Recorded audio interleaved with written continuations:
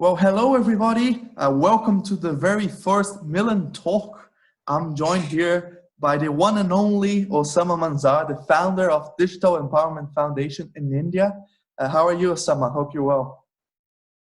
Yes, I'm good and very excited to be, for two things. One is that being a member of MILEN, Media and Information Literacy Expert Network. And I'm also excited to be here on this series of talk that MILEN is organizing at the time of COVID, while we are, restricted in our homes, restricted in our areas or geographies, and we can't move.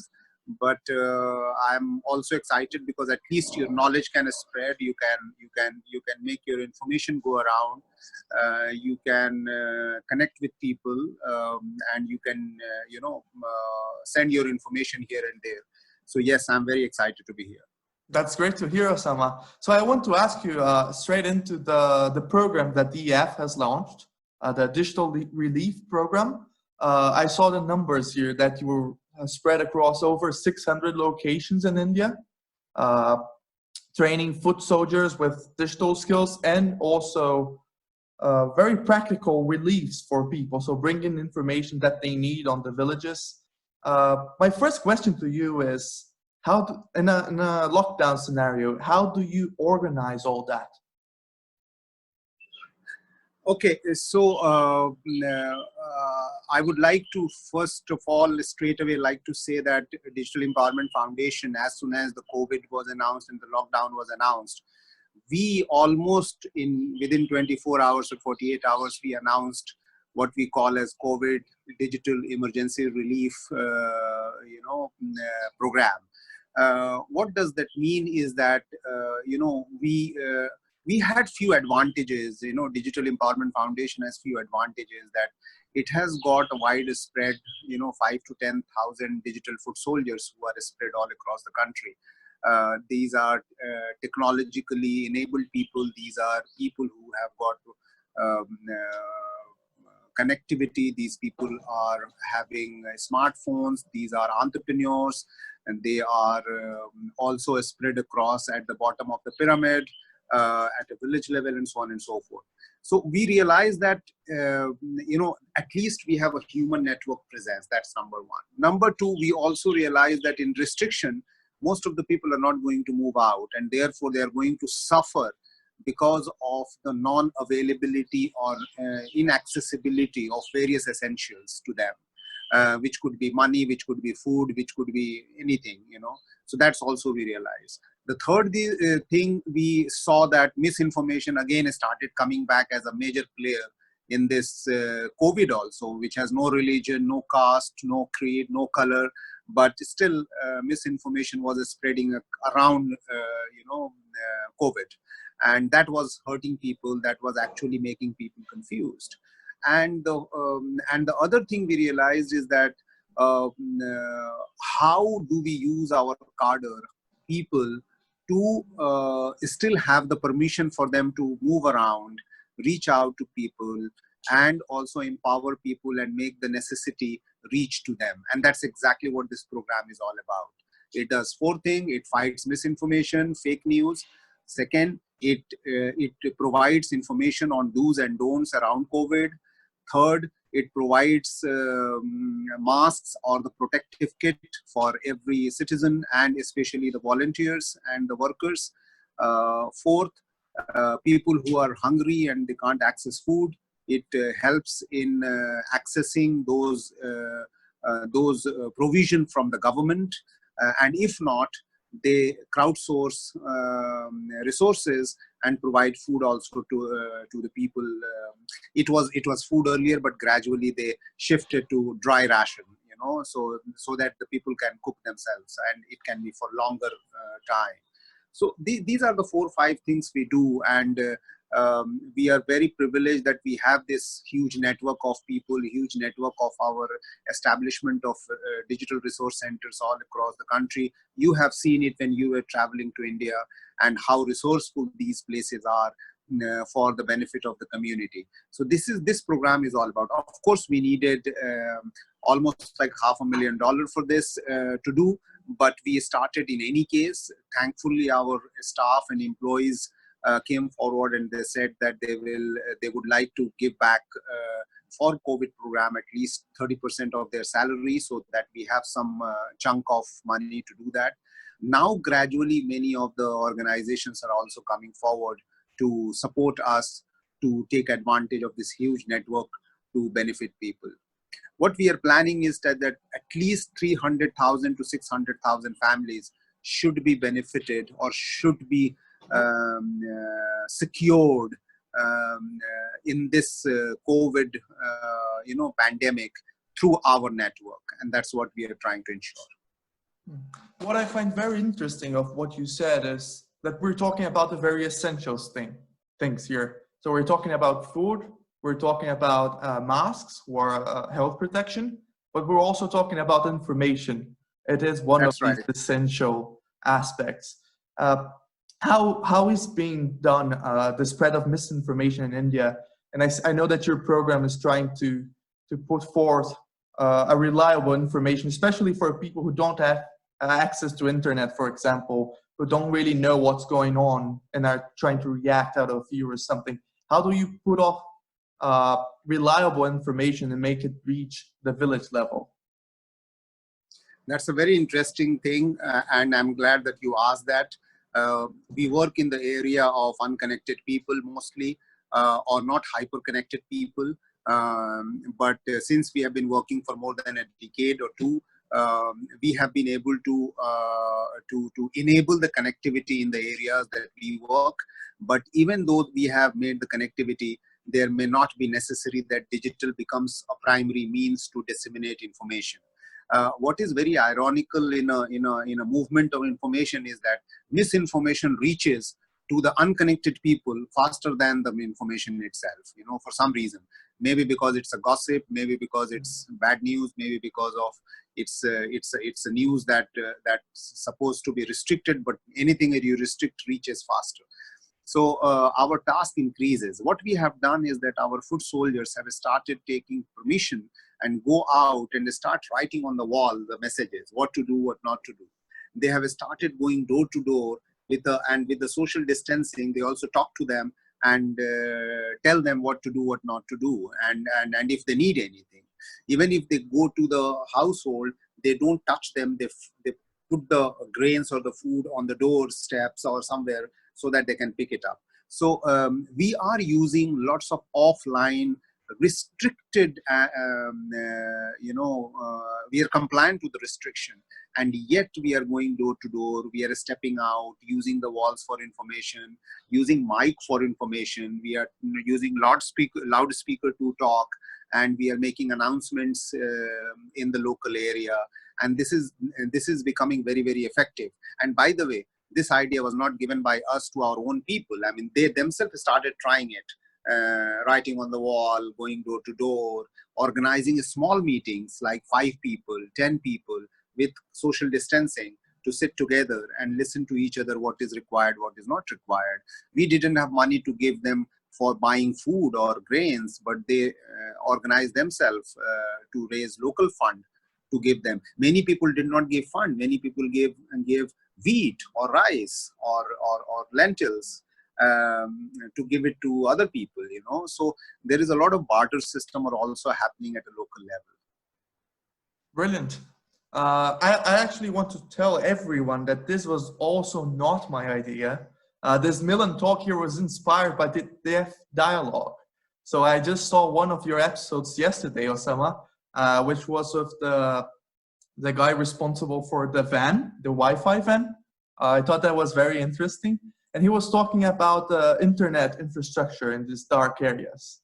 That a lot of the times the villagers themselves, they're not able to speak because that requires more broadband, but they're able to receive some sort of messages. My question here would be, I'm trying to see how I frame that, especially, but how do we get the stories from these people out there for everyone to hear? And then how we impart them with media literacy skills so that they can be critical when the information eventually reaches them. Whatever it is, if it's misinformation, if it's WhatsApp or so on. So what we actually did in the meanwhile, ever since the COVID has taken over our life, is that we developed a crowdsourced information, but we developed a toolkit. It's a COVID toolkit for fighting misinformation and do's and don'ts. So we developed it in Hindi and English, and we are using WhatsApp to circulate it. We are also converting them into little posters and pasting it. And this is the information which is a resource material that is going to all the foot soldiers, all the digital foot soldiers. You would remember that when you were here, we used to train our people also in media literacy.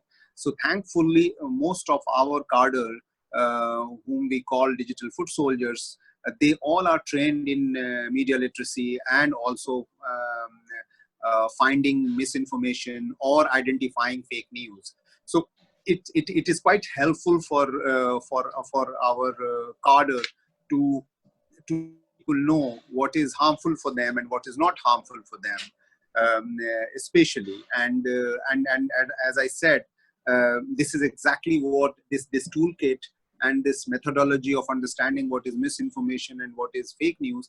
They have been able to devise a formula of what to announce, what not to announce, what to do and what not to do.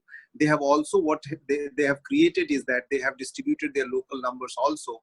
For any doubts or for any need that anybody has, they can actually reach out to them. So we have circulated toll-free numbers or WhatsApp numbers or central numbers which people can get in touch to find out. But coming back to your previous line, that how do we ensure that their problems and their voices are heard from our, outside? So what we are doing is that we are constantly doing surveys.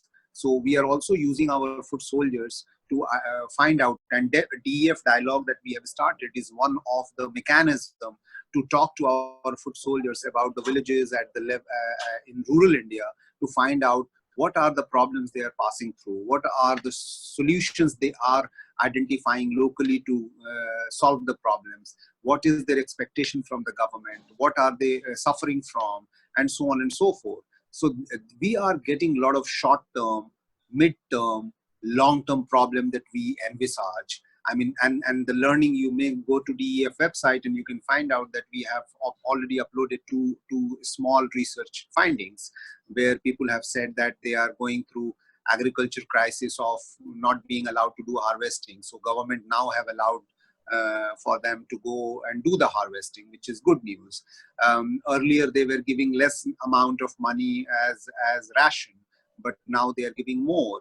Earlier they were giving only to the people who had got papers, but now they are also giving to the people who do not have papers.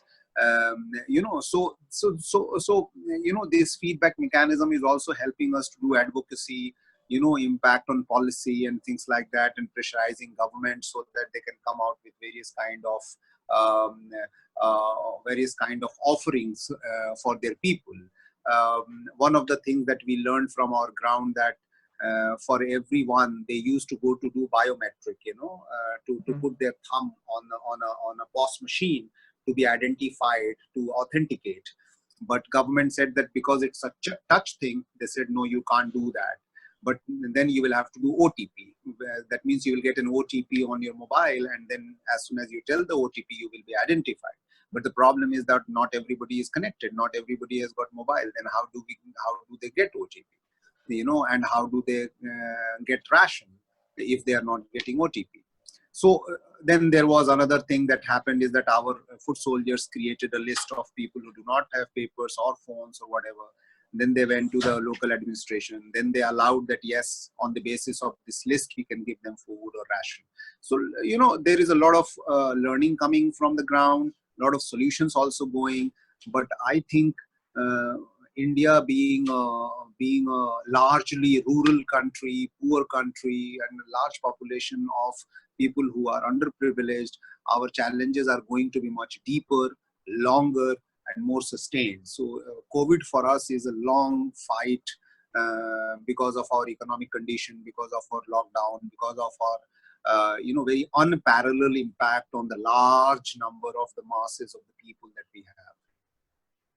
Brilliant. I know it's a very time-sensitive issue, so I want you to ask. I don't want to be a guru and give me predictions, but what are your thoughts on what's going to happen next? What are the next steps for professionals who want to help in this area, especially in countries, developing countries like ours, who face a lot of challenges, who also are having a huge hit in their economies and their livelihood as well?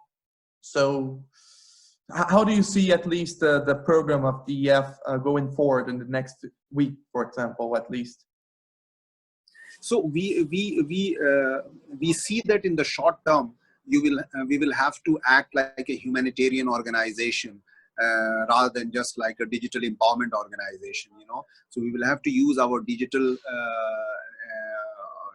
knack or a digital connectivity in a manner that we primarily look for humanitarian perspective to solve various kind of problems. That's the short term. But long term, this whole COVID thing is going to affect us education-wise, economy-wise, agriculture-wise, behavior-wise, health-wise, every ways. So what we are seeing is that DEF may have a much larger responsibility, being an organization which believes in digital connectivity, to find alternative solution to many of the problems that we are going to face, including economic problem, health problem, so we are certainly realizing that we are gradually going to get into need-based economy rather than desire-based economy. So when you have a need-based economy, you may have to create a local economic system, So maybe our connectivity in a local level may become very, very essential and critical. So we are on our toes. The learning will keep on making us to be on our toes for the next couple of years, I'm for sure. But I don't see a challenge for DEF for any other reason except that it has got a challenge of being a position of opportunity to do something more than it was doing earlier. Perfect. Thank you very much. I think that's a good note for us to leave at.